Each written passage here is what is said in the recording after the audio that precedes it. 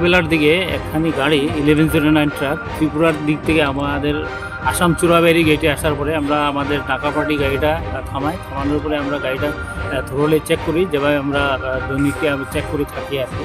তো সেই মতে আজকেও গাড়িটা চেক করে আমরা ওই গাড়ির থেকে আমরা কিছু অবৈধ গাঁজা উদ্ধার করেছি, কিন্তু গাঁজার প্যাকেটগুলি রাবার শিটের মধ্যে করা ছিল, ঢাকা ছিল।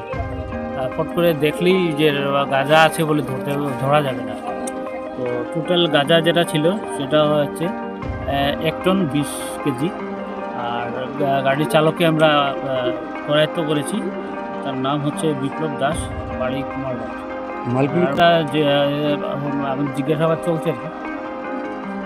ভ্যালু 1,02,00,000 টাকা।